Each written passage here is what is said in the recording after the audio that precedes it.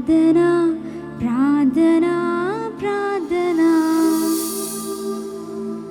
ప్రార్థన ప్రార్థన ప్రార్థన.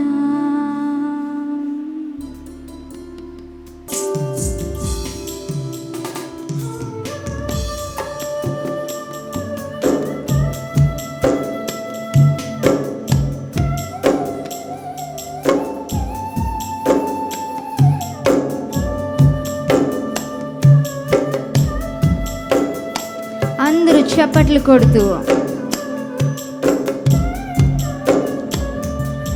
ప్రార్థన ప్రార్థన ప్రార్థన ప్రార్థన ప్రార్థన ప్రార్థన ప్రార్థన ప్రార్థన ప్రార్థన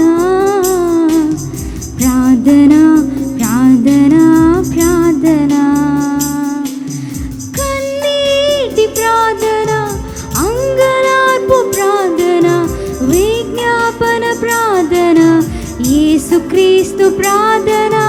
కన్నీటి ప్రార్థన, అంగలార్పు ప్రార్థన, విజ్ఞాపన ప్రార్థన, యేసుక్రీస్తు ప్రార్థన.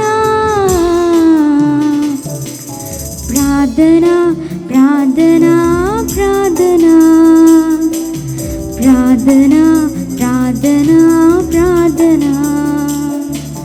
ప్రార్థన ప్రార్థన ప్రార్థన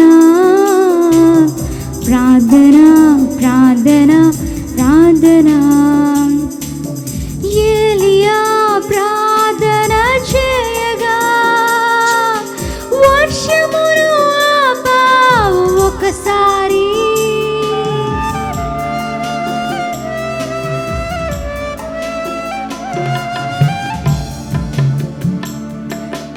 ఏలియా ప్రార్థన చేయగా వర్షమును ఆపావు ఒకసారి. మరల ఏలియా ప్రార్థించగా వర్షమును కురిపించావు. మరల ఏలియా ప్రార్థించగా వర్షమును కురిపించావు. ఆ ప్రార్థనా శక్తిని మాకు ఇమ్మయ్యా, ప్రార్థించే కృపను దయచేయుమయ్యా. ఆ ప్రార్థనా శక్తిని మాకు ఇమ్మయ్యా, ప్రార్థించే కృపను దయచేయుమయ్యా. ప్రార్థన ప్రార్థన ప్రార్థన ప్రార్థన ప్రార్థన ప్రార్థన ప్రార్థన ప్రార్థన ప్రార్థన ప్రార్థన ప్రార్థన ప్రార్థన.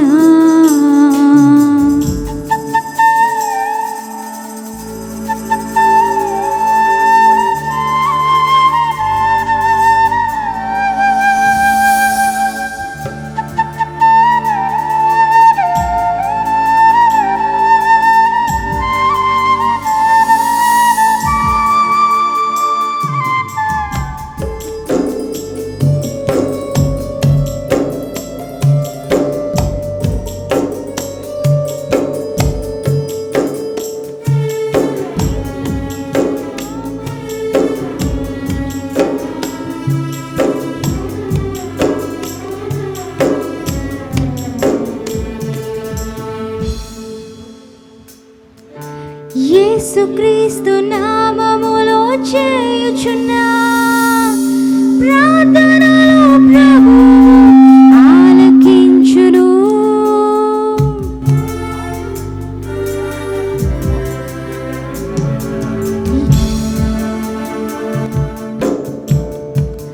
యేసుక్రీస్తు నామములో చేయుచున్న ప్రార్థనలో ప్రభువు ఆలకించును. అద్భుతాలు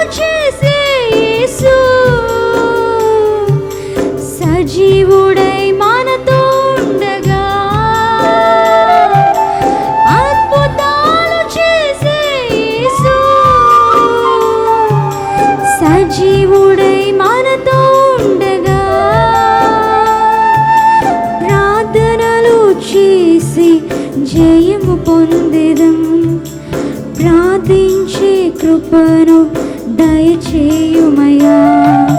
ప్రార్థనలు చేసి జయము పొందెదం, ప్రార్థించే కృపను దయచేయుమయ్యా.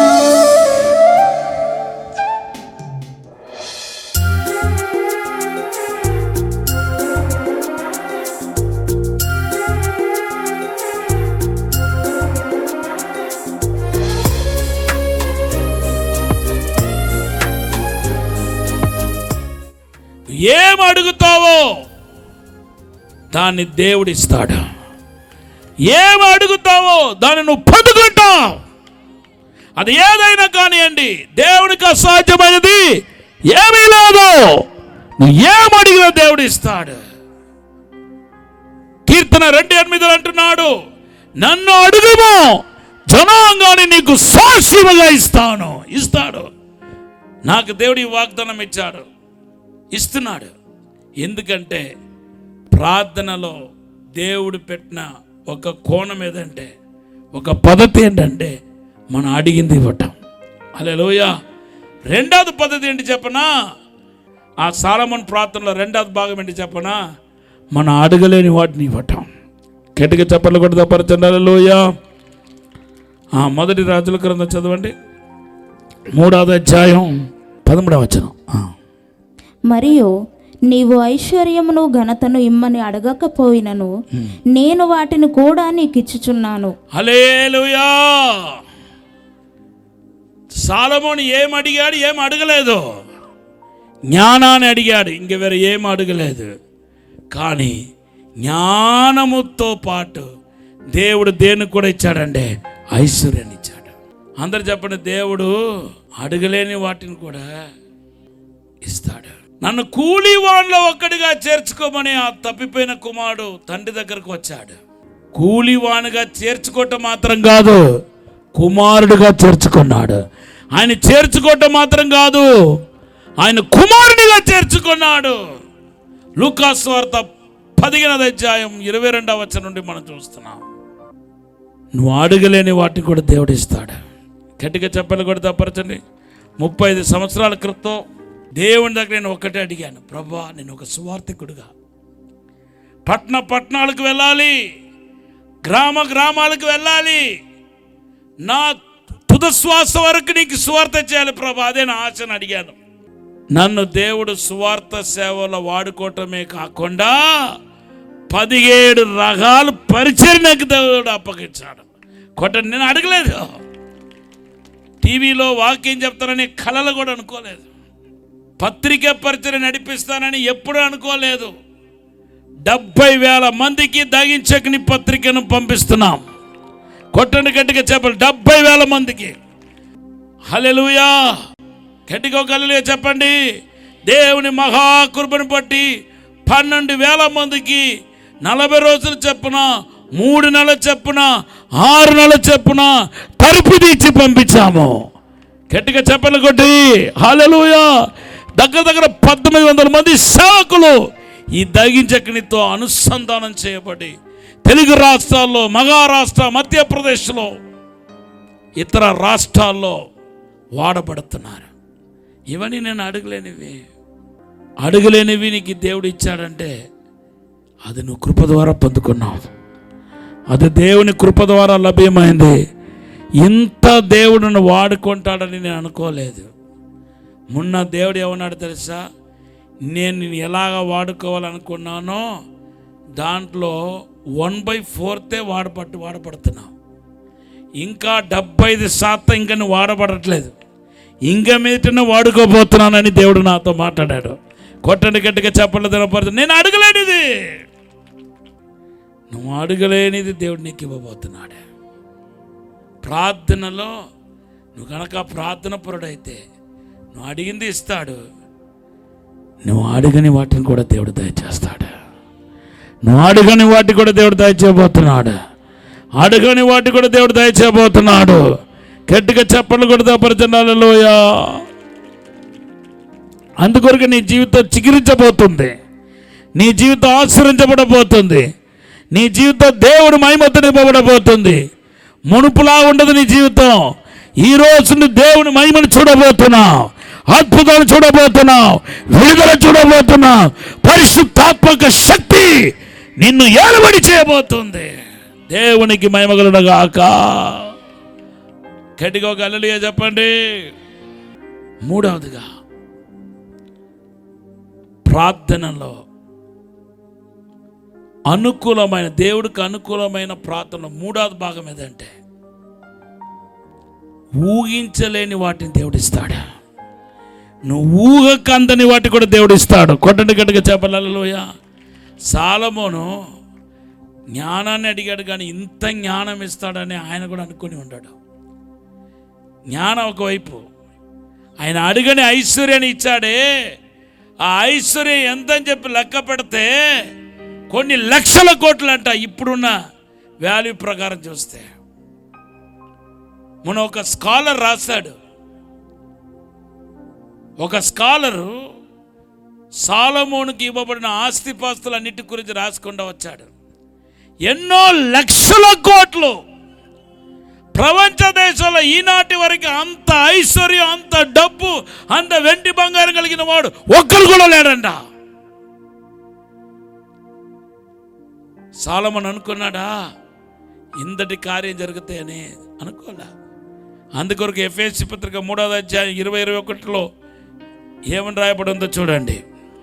మనలో కార్యసాధకమైన తన శక్తి చొప్పున మనము అడుగు వాటి కంటేను ఊహించు వాటి కంటేను ఊహించిన వాటి కంటేను అత్యధికముగా చేయగల శక్తి దేవునికి క్రీస్తు యేసు మూలముగా సంఘములో తరతరములు సదాకాలము మహిమ కలుగునుగాక. హల్లెలూయా.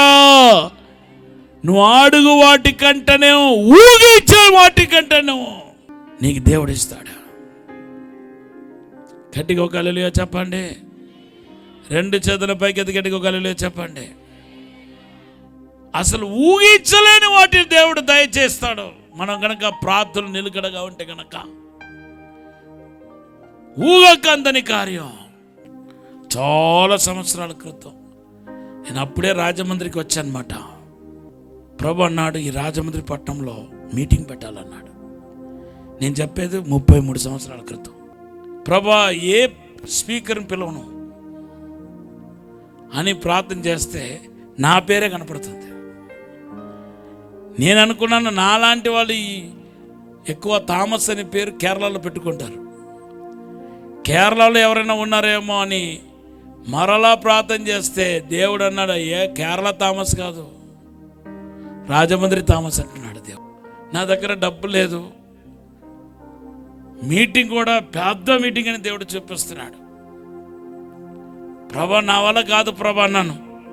అప్పుడే ఫస్ట్ కేఏ పాల్ గారు రాజమండ్రి వేసి వచ్చి పెద్ద మీటింగ్ పెట్టి వెళ్ళారు. ఆ మీటింగ్ జరిగిన ఒక 20-25 రోజుల్లో నన్ను మీటింగ్ పెట్టమంటున్నాడు దేవుడు. ప్రభా, అంత పెద్ద దైవజనులు పెట్టిన మీటింగ్ ఎక్కడ, నేను పెట్టిన ఎక్కడ, నా మీటింగ్ ఎవరు వస్తారు ప్రభా అని చెప్పి నేను ప్రభుత్వం చెప్తే, నువ్వు నాకు లోపడతావా లేదా అని చెప్పి దేవుడు గద్దించాడు. నాతో అప్పుడు శివమ్మ గారు తమ్ముడు ఉండేవాడు సహకారిగా, దయాకర్. అతనితో చెప్తే పర్వాలేదు పెట్టేస్తాను, దేవుడు మాట్లాడితే లోపడాలని చెప్పి పెడితే ఒక బ్లాక్ అని ఇట్లా డబ్బులు లేదు నా దగ్గర, చాలా కష్టంలో ఉండేవాడిని. ఒక అద్దెలు తీసుకున్నా, అద్దె కట్టడమే నాకు చాలా కష్టతరంగా ఉండేది. కానీ దేవుడు పెట్టమన్నాడు కాదని చెప్పి పాంప్లెట్స్ కోసం ప్రార్థన చేస్తే ఆ పాంప్లెట్ డబ్బులు వచ్చేది. వాల్ పోస్టర్, చిన్న వాల్ పోస్టర్. నాకు అప్పుడు ఎవరు పెద్దగా పరిచయం లేదు. ఒక 10-20 మంది ఆడవాళ్ళు, ఒక 2-3 మగవాళ్ళు. వాళ్ళే అప్పుడప్పుడు ప్రేయర్కి వచ్చుతా వాళ్ళే ఉండేవాళ్ళు. పాంప్లెట్ నేనే పంచిపెట్టేవాడిని, అక్కడక్కడ లూథరన్ చర్చిలో పంచిపెట్టేవాడిని. ఆ ఫోటోని చూసి ఇతను ఏ ఊరిని అడిగేవారు, తమిళనాడు అన్నవాడిని. చూసి ఈ మొగం నీ మొగం ఒక్కలాగా ఉంది ఏంటి అన్న, మీరిద్దరు ఒక్కటేనా అడిగారు. లేదు మీరు వచ్చి చూడండి అన్నవాడిని. మీటింగ్ డేట్ వచ్చేసింది. గ్రౌండ్ కూడా చాలా పెద్ద గ్రౌండ్ తీసుకున్నాం. నేను అనుకున్నాను మన వేలు బట్టి లెక్క పట్టే వచ్చేమో, అంతమంది వస్తారేమో అనుకున్నాను. ప్రార్థన అయితే చేస్తున్నా, కానీ నైట్ అంతా నేను అబ్బాయి దయాకర్ వాల్ పోస్ట్ అంటించడం, పగలంతా ప్రార్థనలు ఉండటం. మీటింగ్ డేట్ వచ్చింది. ప్రభు, నేనే కదా స్పీకర్ని, నాకు ఒక మంచి డ్రెస్ లేదు, నాకు డ్రెస్ కావాలి ప్రభు అని ప్రార్థన చేశాను. ఎవరో ఒక సహోదరి సఫారీ క్లాత్ తీసుకొచ్చి 300 రూపాయలు అప్పుడు ఇచ్చి, మీకు దేవుడు ఇవ్వమంటున్నాడు, మీరు స్టిచ్చింగ్ చేసుకోండి చెప్పి ఇచ్చింది. హల్లెలూయా. 3 రోజులు అదే వేసుకున్నాను. కారు లేదు అప్పుడు, ఒక చిన్న సైకిల్ ఉండేది, బండి కూడా లేదు. ప్రభా, నేను ఇలా నడుచుకుంటూ పోతే, ఒక బ్యాగ్ పట్టుకొని నడుచుకుంటూ పోతే, ఈయన స్పీకర్ అనుకుంటారు కదా ప్రభా అంటే. మీటింగ్ ఏ రోజు పెట్టామో ఆ రోజు సీలేరు అనే ఒక ప్రాంతం ఉంది విశాఖ జిల్లాలో. ఆ సీలేరులో ఒక అతను కారు వేసుకుని వచ్చాడు. 3 రోజులు మీరు కార్లు తిప్పడానికి కోసం దేవుడు నన్ను ప్రేరేపించాడు చెప్పి కారు తీసుకొచ్చాడు. అదొక డొక్కు కారు లాగానే అనిపించింది, కానీ అది టైమ్లీ నీడ్ అనమాట. అది సమయోచితంగా దేవుడు పంపించాడు. ఆ కారులో వెళ్ళి దిగితే అప్పటికే గ్రౌండ్లో సగం నిండిపోయారు ఫస్ట్ డే. హల్లెలూయా. ఆ రోజు చెప్పిన వాక్యం అద్భుతాలు చూసి సెకండ్ డే ఇంకా నిండిపోయారు. థర్డ్ డే ఏమో రోడ్డు దగ్గరికి వెళ్ళిపోయారు. నేను కళల్లో కూడా అనుకోలేదు. 33 సంవత్సరాల క్రితం మీటింగ్ జరిగిన మీటింగ్ గురించి నేను ఇప్పుడు మాట్లాడుతున్నానంటే నాకు ఎంత ఆశ్చర్యాన్ని పుట్టించి ఉంటుందో ఒకసారి ఆలోచన చేసి చూడండి. ఇప్పుడైతే కాస్త కోస్త అందరికి పరిచయం, అప్పుడైతే నాకు పరిచయమే లేదు. కొన్ని వేల మంది వచ్చారు. దేవునామానికి మహిమ కలుగును గాక. కొట్టండి గట్టిగా చెప్పండి హల్లెలూయా. ఊగకందని కార్యాన్ని దేవుడు చేశాడు. నా మనసులో నిలిచిపోయినట్టుగా చేశాడు. అనుకూలమైన ప్రాంతంలో 3వ కోణం ఏదంటే ఊహకందని కార్యం. 4వ కార్యం ఏంటంటే నువ్వు అడిగేది ఏదైతే ఉందో అది నీకు ఆశీర్వాదకరంగా ఉంటాయి, ఇతరులకు కూడా ఆశీర్వాదకరంగా ఉంటాయి. కొట్టండి గట్టిగా చెప్పట్లు. నువ్వు అడిగేది ఏదైనా కానివ్వండి, నిన్ను ఆశీర్వాదకరంగా చేస్తాడు, ఇతరులని ఆశీర్వాదకరంగా చేస్తాడు, ఇతరులకు ఆశీర్వాదకరంగా చేస్తాడు.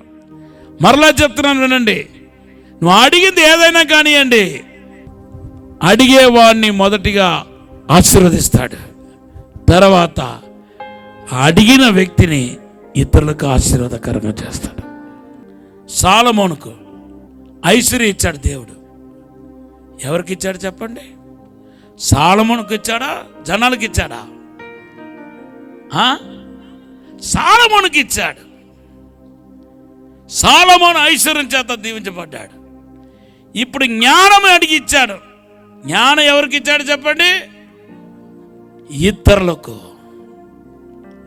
ఇది ప్రార్థనలో అనుకూలమైన, దేవుడికి అనుకూలమైన ప్రార్థనలో 4వ భాగం. నిన్ను ఆశీర్వదిస్తాడు, నిన్ను ఇతరులకు ఆశీర్వాదకరంగా చేస్తాడు.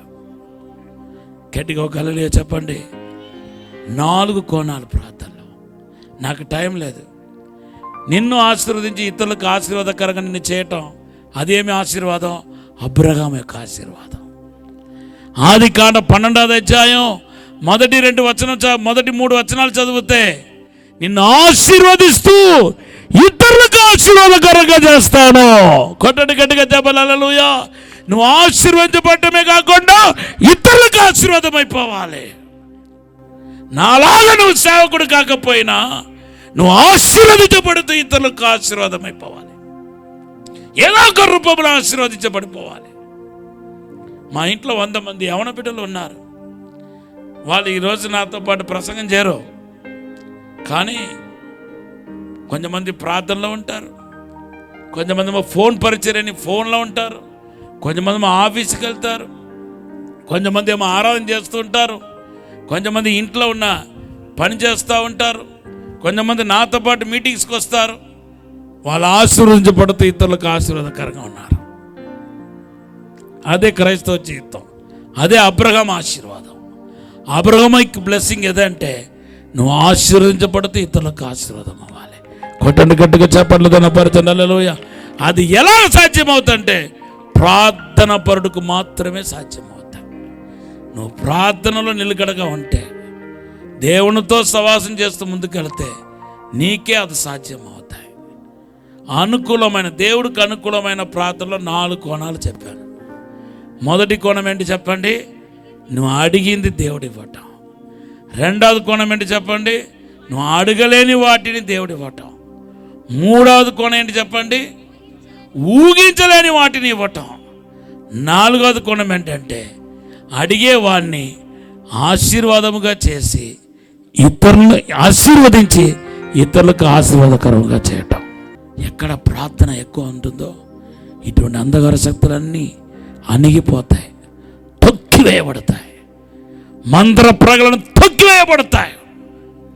ఈ రోజున మీరు ప్రార్థన పరులుగా ప్రభు రాకడికి సిద్ధపడాలని కోరుచున్నాను. మీలో ఒకే ఒక బలహీనత, నేను చాలా బలహీనుడిగా చేసుకుంటూ వస్తుంది ప్రార్థన లేని జీవితం. నీకు బాధగా అనిపించట్లేదా? ఎన్నో రోజులు ప్రార్థన చేస్తానని చెప్పి ప్రార్థన మానేసావు. చాలా కుటుంబాల్లో కుటుంబ ప్రార్థన లేవు. చర్చికు నువ్వు ఉపవాస ప్రార్థనకి వెళ్ళేవాడివి, ఇప్పుడు ఆ ఉపవాస ప్రార్థనకి వెళ్ళట్లేదు. చర్చిలో ఆల్నైట్ ప్రేయర్ జరిగేది, ఇప్పుడు ఆ ప్రార్థనకి వెళ్ళట్లేదు. ఇంటిలో కనీస గంట ప్రశాంతంగా కూర్చొని ప్రార్థించుకోలేకపోతున్నావు. బోలంత కుంటిచాకులు చెప్తున్నావు. నువ్వు ప్రార్థన విషయంలో కుంటిచాకు చెప్తే నిన్ను నువ్వే మోసగించుకున్నట్లు లెక్క అవుతాయి. నిన్ను నువ్వే మోసగించుకుంటున్నావు అని అర్థం. డైలీ 1 గంట అండి, ఎక్కువ గంటలు కూడా చెప్పట్లా, 1 గంట సృష్టికర్తతో మాట్లాడటం నీకు ఇష్టం లేదా? ఎందుకు ఈ నిలువెచ్చని స్థితి? నీకు ప్రార్థన చేయాలని మనసు రావట్లేదా? నువ్వు ఆశీర్వదించబడకుండా ఉండడానికి కారణం అనుకూలమైన ప్రార్థన చేయట్లేదు. ఈరోజు దేశంలో, మన రాష్ట్రంలో చూడండి, చిన్ననాటి నుండి మనం వినలేని సంగతులని వింటున్నాం. ఘోరమైన కార్యాలు తాండవం ఆడుతుంది. కారణం ప్రార్థన పరులు తగ్గిపోయారు, ప్రార్థించేవారు తగ్గిపోయారు. మీరు ఎందుకు ప్రార్థన చేయకూడదమ్మా? ఈ ప్రాంతానికి సువార్త చెప్పటం ప్రారంభమై ఎన్నో సంవత్సరాలు అయింది, కానీ ఇంకా అనేక మంది హృదయ కఠినముతో ఉన్నారు, కఠినపరుచుకుంటున్నారు. కారణం ఏంటంటే ప్రార్థన పరులు లేరు. ప్రార్థనను అడిగింది ఇస్తాయి. రెండవదిగా ప్రార్థనను అడగలేని, అనుకూలమైన ప్రార్థన అనేది అడగలేని వాటిని ఇస్తాయి. మూడవదిగా ఊహించలేని వాటిని ఇస్తాయి. నాలుగవదిగా అనుకూలమైన ప్రార్థన నిన్ను ఆశీర్వదించి ఇతరులకు ఆశీర్వాదకరంగా చేస్తాయి. నీతో దేవుడు మాట్లాడి ఉంటే చేతుల పైకెత్తి, ప్రభా నన్ను ప్రార్థన పరురాలుగా చేయండి, ప్రార్థన పరుడుగా చేయండి. ఎందుకో నాకు ఈ నిర్లక్ష్యం ప్రభా, నిద్ర ఆత్మ నన్ను ప్రార్థన చేయకుండా చేస్తున్నాయి, నా మైండ్ అంతా ఖరాబ్ అయిపోతుంది ప్రభా. ఒకనొకప్పుడు బాగా ప్రార్థన చేసుకున్న వాడిని ఇప్పుడు రకరకాల తలంపులు, చెడు ఆలోచనలు నన్ను పీడిస్తుంది ప్రభా. నన్ను ప్రార్థన పరుడుగా చేయండి, ప్రార్థన పరులుగా చేయండి ప్రభా. నన్ను అభిషేకించండి ప్రభా అని అడగండి. ప్రార్థనకి వయసు లేదు, ప్రార్థనకి వయసుతో సంబంధం లేదు, చదువుతో సంబంధం లేదు. ఏ వయసు గల వాళ్ళైనా ప్రార్థన చేయాల్సిందే. ప్రార్థన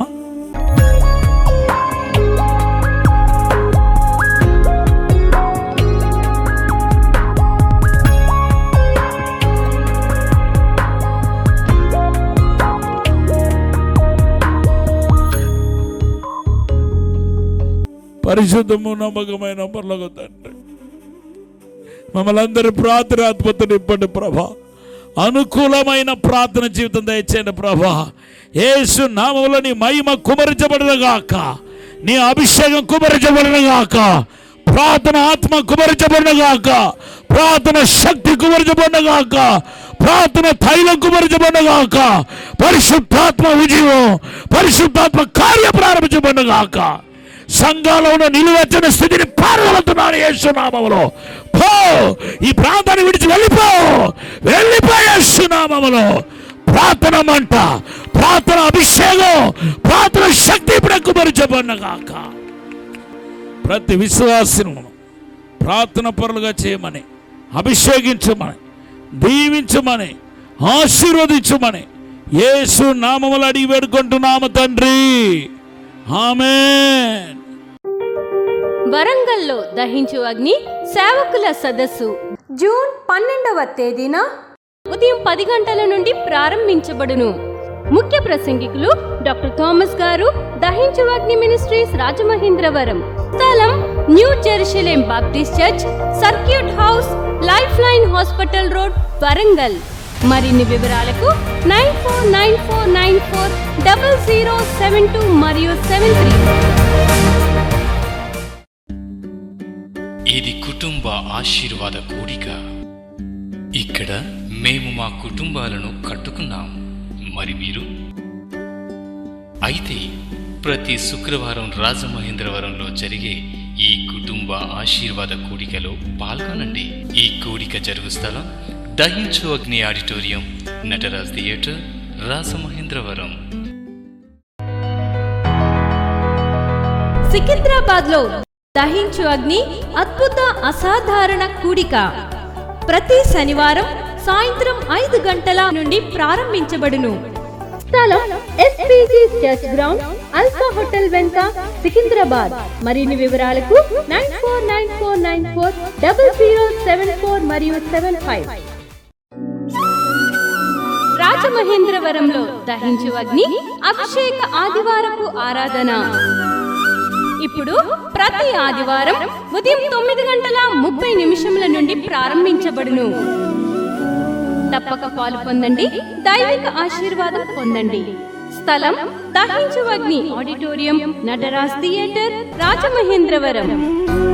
మీ ప్రార్థన అవసరతలకు 9494940072 మరియు 73. ఈ టీవీ కార్యక్రమాన్ని చూసి ఆశీర్వదించబడినట్లయితే దహించు అగ్ని టీవీ పరిచర్యకు మరియు బ్లెస్సింగ్ ల్యాండ్ కు సహకరించండి. దహించు అగ్ని trust current account number 357222444370, State Bank of India main branch, Rajamahendravaram. My address doctor Thomas, దహించు అగ్ని మినిస్ట్రీస్, తుమ్మలోవా, రాజమహేంద్రవరం.